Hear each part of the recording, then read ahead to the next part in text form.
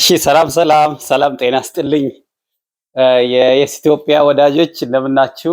ዛሬ ደግሞ በአይነቱ ለየት ያለ ቪዲዮ አቀራረብ ይዤላችሁ ቀርብ ያለሁኝ። እንግዲህ እቺ የምታዩት የኔ መናገሻዬ ናት። አልጋዬ እቺ ፍራሽ ናት እና ተማሪነት በጣም ደስ የሚል ነገሩ ምንድነው? ዋናው ትኩረት ትምህርትና ፈተናው ላይ ዓላማውን ከግብ ማድረስ ነው እና በእርግጥ በሁሉም ዘርፍ የራሱ ግብ አለው፣ የራሱ ዓላማ አለው፣ የራሱ የሚጠይቀው መስዋዕትነት አለ። የሚገርማችሁ ነገር እዚች ክፍል ውስጥ እንግዲህ ፍራሽ ናት እንደምታዩት።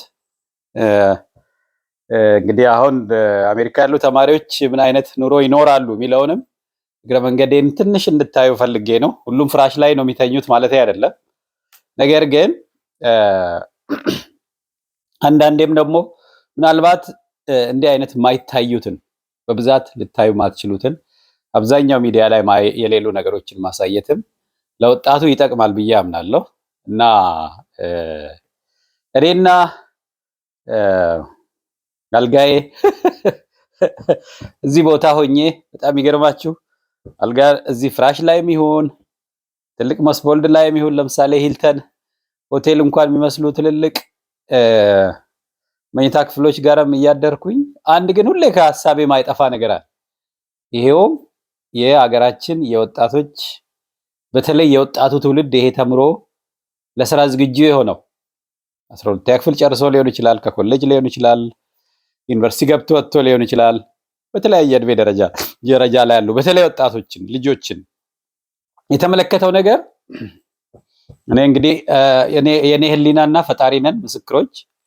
ለማንም ለማስመሰል አይደለም የምናገረው፣ ወጣቶች ከዚህ እንዲማሩ ነውና ሁሌ እስከዛሬ በትምህርት ሂደት ባለፍኩ ጊዜ በአእምሮዬ ውስጥ የሚመላለሰው ነገር የወጣቶቻችን ጉዳይ፣ የየስ ኢትዮጵያ ጉዳይ ይሄው እንዳረሳው ልብስ አድርጌ እየለበስኩት ነው ያለሁት። ኮምፒውተሬ ላይም እዚህ ጋር የምታዩት ስለ የስ ኢትዮጵያ ነው። ይሄው እዚህ ጋር ምናልባት የሚታያችሁ ከሆነ እነኚህ ሁለቱ ስቲከሮች የየስ ኢትዮጵያ ጉዳይ ናቸው ማለት ነው እና ይሄም ማደርግበት ለምንድን ነው? ትኩረት እንዲኖረኝ። መዓት አይነት ዲስትራክሽን አለ። ብዙ አይነት ነገር ከህይወታችሁ አቅጣጫ ላይ ከህይወታችሁ ግብ ላይ የሚረብሽ አቅጣጫ የሚያስቀይር ልብ አቴንሽን የሚሰርቅ የሚያሳዝን ተስፋ የሚያስቆርጥ ነገር አለ። በህይወቴ ብዙ ጊዜ እዛ ቦታ ደርሻለሁ። ተስፋ መቁረጥ ደረጃዎች ቦታዎች ደርሼ አውቃለሁ። ምንም አምላክ የከለከለኝ ያን ያህል ያሳጣኝ ነገር የለም። እንደምታውቁት ብዙ ጊዜ ባናስተውልም እኛ ፈጣሪን ማመስገን ካለብን የምናመሰግንበት ምክንያት ውስጣዊ ነው። ለምሳሌ ሰውነታችን፣ ማንነታችን፣ አእምሮአችን፣ ልባችን፣ ኩላሊታችን፣ ሳምባችን የሚሰራበት ሁኔታ አይናችንን፣ ጆሮአችንን ብለን ፈጣሪን ካላመሰገንን ስለምንም ማመስገን አንችልም። አሁን እየገባኝ ያለው ማለት ትንንሽ ነገሮችን ስራ ስናገኝ ወር የሆነ ገንዘብ ስናገኝ ወር የሆነች ነገር ስናደርግ የምናመሰግነው ጉዳይ በብዛት ማስተዋል የጎደለው ምስጋና እንደሆነ እየገባኝ ነው ያለው። አሁን እየተረዳ ያለሁት ፈጣሪን ለማመስገን እኮ እኔ እስካሁን ከተደረገልኝ በላይ ምንም የለም።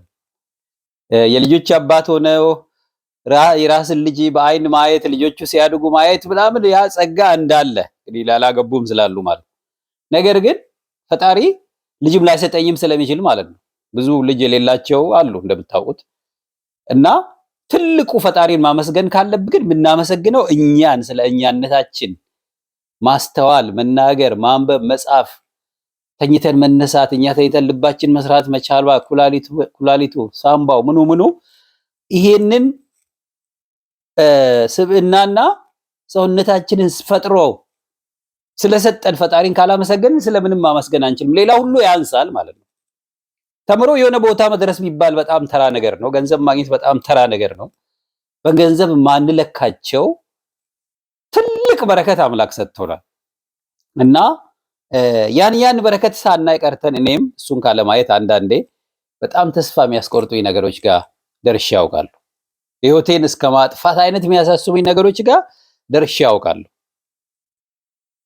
ከዛ ደግሞ እንደዚሁ በሌላ አጋጣሚዎች ለምሳሌ በመኪና አደጋ በሉት ኦልሞስት 6 ጊዜ አካባቢ በቃ ህይወቴን ሊወስድ የሚችል አጋጣሚ ሁሉ ተፈጥሮ ተርፌያለሁ እና ካሰብንበት ብዙ የምናመሰግንበት ምክንያት አለ። ግን ሳናውቀው ዲፕሬሽን ውስጥ ተስፋ መቁረጥ ውስጥ ልንገባ እንችላለን እና ወጣቶችን እዛ እንዳይሄዱ ከራሴ ልምድ ለማበረታታት አብሮኝ እንዲሰሩ ዝም ብሎ ማበረታታት ሳይሆን የኢትዮጵያ ፕላትፎርም የተከፈተው ስላለ አብሮን እንዲሰሩ ይሄንን አስባለሁ እዚች አልጋ ላይ ሆኜና ከዛሬ ጀምሮ ከዚች ክፍል እንግዲህ ከመኝታ ክፍሌ የመጀመሪያው ዛሬ ቁጥር 1 ነው ቪዲዮ ሳደርግ መልእክት ሳስተላልፍ እንደዚሁ አንዳንዴ እኔ በጣም ዛሬ አሁን በደረስኩበት የእድሜ ደረጃ የማስተዋል ደረጃ ትልቁ የሚያሳስበኝ ነገር እኔ ዛሬ ባርፍ እኔ ዛሬ ብሞት ብዙ በጣም ልበ ብርሃን የሆኑ ሰዎች አልፈዋል፣ የሀገር መሪዎች አልፈዋል፣ ሌሎች ታናናሽ ታላላቆቻችን አልፈዋል፣ ወላጆቻችን አልፈዋል እና እኛም እንከተላለን። ግን ዛሬ ባርፍ እንዳይቆጨ ለኢትዮጵያ ወጣቶች መናገር እንፈልገውን ሳልናገር እንዳልሄድ ብዬ ነው አሁን እየሰራው ያለሁት። ቢዝነስም ጀምረናል። እንደምታውቁት ኢትዮጵያውያን ዘመናዊ ባርነትን መዋጋት አለብን የሚል በጣም ጠንካራ አቋም አለኝ። የአፍሪካውያን ኢንጀነራል ግልጽ ዘመናዊ ባርነት አለብን። ቀኝ ግዛትን ባርነትን አሸንፈናል ብሎ አናውንስ ከተደረገ በኋላ አሁን ሳናውቀው አእምሮአችንን በአግባቡ ባለመጠቀማችን ራሳችን አውቀን ፈልገን ወደን ፈቅደን ዘመናዊ ባርነት ውስጥ እየገባን ያለነው በስልካችን በኢንተርኔት ቴክኖሎጂ ብቻ በኮምፒውተራችን በስልኮቻችን እየመጣ ያለው ባርነት ከወንድሞቻችን ከዘመዶቻችን ጋር እያጫረሰን ያለው ዘመናዊ ባርነት በጣም ንቃት ይፈልጋል። አንድ ሰው ወንድሙን፣ እህቱን፣ ጎረቤቱን የሌላውን ሰው ህይወት ከማጥፋት የበለጠ ባርነት አለ ብዬ አላምንም። ምንድነው የግድ መገዳደሉን ብቻ አይደለም፣ ከዛ ጀርባ ያሉ መነሻ የሆኑ ዘመናዊ ባርነት ጉዳዮች አሉ። ህዝብን መተላለቅ ውስጥ ያደረሱ የዘመናዊ ባርነት ጉዳዮች አሉ። በመሪዎች የመጣብን የዘመናዊ ባርነት ጉዳይ አለ። በቴክኖሎጂ ወይም በሚዲያ ባለቤቶች የመጣብን የዘመናዊ ባርነት ጉዳይ አለ።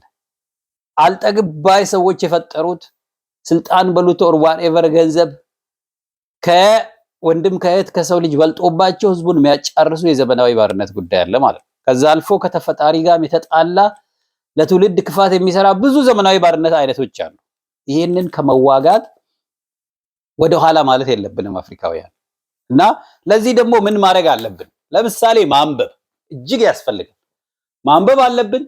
የማያነብሰው በቃ እንደምታውቁት ንቃት የሌለው ሰው፣ ግንዛቤ የሌለው ሰው የሰይጣንና የእርኩስ መንፈስ መጫወቻ ነው የሚሆኑት። አይተናል። ይሄንን ብዙ ነገር ለሀገራችን ለዓለማችን ክፋት ደርሷል። በምን በማያስተውሉ ሰዎች ምክንያት ማለት ነው።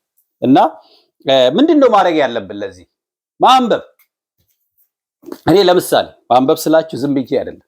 ለምሳሌ ይሄ መጽሐፍ በቢል ክሊንተን የአሜሪካው ፕሬዝዳንት በነበሩ ሰው የመስጠትን ዋጋ ምን ያህል መስጠት ዓለማችንን እንደሚቀይር የተናገሩበት መጽሐፍ ነው።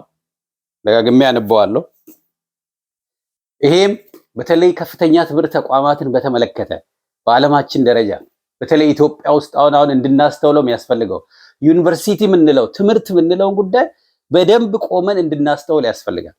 አንዳንዴ ተማሪዎቻችን ልጆቻችን ይማራሉ ብለን ስናስብ ምናልባት ተጎድተው ወደ ቤት እንዳይመጡ ማለት ነው። ብዙ የአመራር ጉዳዮች አሉ። ግን እንድታዩ የፈለኩት ለምሳሌ ይሄ ቱከንዚ ወንድሜ ተክሌ የጻፈው መጽሐፍ አለ። ምን ያህል ጦርነት ሀገርንና ማህበረሰብን እንደሚጎዳ ማለት ነው። እንደገና ሌሎች መጽሐፍት አሉ። ለምሳሌ አሁን የዳንኤል ክብረትን መጽሐፍ እሱንም ለማግኘት ሙከራ እያደረኩ ነው ያለሁት። ባለፈው በአጋጣሚ ቸኩዬ ረስቼ መጥቻለሁ። የጀዋር መሐመድን መጽሐፍ ዳውንሎድ እያደረኩ ነው ያለሁት። ሳምበዲ ኦሬዲ እንዳለውና ሊሰጠኝ እንደሚችል አውቄያለሁ። እንደገና ሌላ መጽሐፍ አለኝ። ለምሳሌ እዚህ ጋር የንጉስ ኃይለ ሥላሴ መጽሐፍ አለኝ። ይሄ ሁሉ ምን እንድናደርግ ያደርገናል? በየአቅጣጫው እንድናስብና ንቃት እንዲኖረን ግንዛቤ እንዲኖረን ያደርገናል። ዝም ብለን ተራ ብቻ ፋሽን የሚለብሱ እንዳንሆን ዘመናዊ አስተሳሰብ ያላቸው ሰዎች እንድንሆን ያግዛልና እንደዚህ አይነት ቪዲዮዎችን በተደጋጋሚ ያመጣላችኋለሁ። አብራችሁ ስለሆናችሁ አመሰግናለሁ በጣም።